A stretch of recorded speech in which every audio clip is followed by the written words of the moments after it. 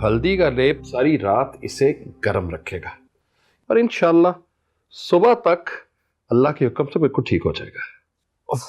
सुबह तक कैसे? 2-3 दिन लगेंगे। एड़ी की मोच ठीक होते टाइम लेती है। वैसे डॉक्टर साहब, ऐसी कौन सी जरूरी बात थी कि आप आधी रात को दरख्त की चोटी पे चढ़ गए? वो घर काफी देर से बात नहीं हुई थी ना, अम्मी की याद आ रही थी, सोचा कॉल कर लेता हूँ। तो डिस्पेंसरी के फोन से कर लेते। डिस्पेंसरी का फोन बंद था, डेड था। एड़ी चोटी का जोर लगा के दरख्त पे चढ़ा हूँ और एड़ी तोड़वा के वापस आ गया। वाह डॉक्टर साहब वाह, आप तो दर्दों में भी मजाक कर लेते। एक तो मैंने आप लोगों से पहले भी कहा है, ये आप जनाब से गुरेज किया करें। मैं अपने आप को इस घर का फर्द समझता हूँ, इसीलिए आप लोग को इस वक्त उठा के कहा है कि आए और आके बेटे को संभालें। हम तो संभाल लेंगे, तुम अपने आप को संभालो लड़के। अरे क्या अरे, क्यों आंखें दिखा रहे हो?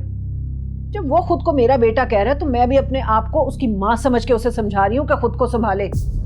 नहीं यूं अंधेरे में अपनी टांग तोड़वाए, ना माँ बाप की नाक कटवाए। क्या समझे? कुछ नहीं समझा। इतने भी नन्हे काके नहीं हो तुम। अभी आराम करो, सुबह तुम्हारे कान खींचती। और आप भी उठे, आप क्यों उसके गिट्टे गोडों में बैठे हुए? अच्छा बेटा, आराम से। अगर किसी चीज की जरूरत हो तो इससे सिर्फ फर्श बजा देना। कल सुबह तुम्हारे लिए ना प्रॉपर स्टिक भी ले आऊंगा। ये लो बच्चा, चले आराम करो।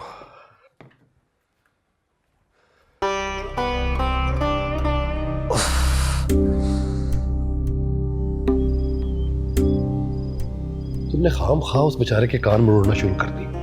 फिर उसने तुम्हें माँ कहा और तुम तो जलादी बन गई। तुम्हारी बातें सुनकर उसके चेहरे का रंग उड़ गया। वो थोड़ा तो ब्रेकों पे पैर रखो। मैं दिल से उसे बेटा समझती हूँ, इसीलिए समझा रही थी कि वो ब्रेकों पे पैर रखे।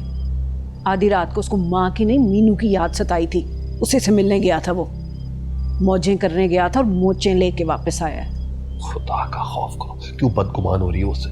भाई वो दरख्त से गिरा है। मैं बदगुमान नहीं हो रही, तजर्बे से बात कर रही हूँ। तुम भी तो रात को तरावियां पढ़ने निकलते थे ना, और मस्जिद जाने की बजाय मेरी गली में आके खड़े हो जाते थे। तुम बुलाती थी तो मैं आता था ना। तो मीनू भी उसको बुलाती है तो वो जाता है ना। तो जाता है तो कौन सी क़यामत आ गई? मैं और तुम तो रिश्तेदार थे ना, इसलिए बचत हो गई। ये बेवकूफ़ गैर है। एक बार इसका नाम मीनू के साथ निकल गया ना, तो गांव वालों ने वो क़यामत मचानी है कि इसको लग पता जाएगा। और इसी आशिकी में मीनू की पढ़ाई भी गारत होगी और उसकी इज्जत का भी जनाजा निकल जाएगा।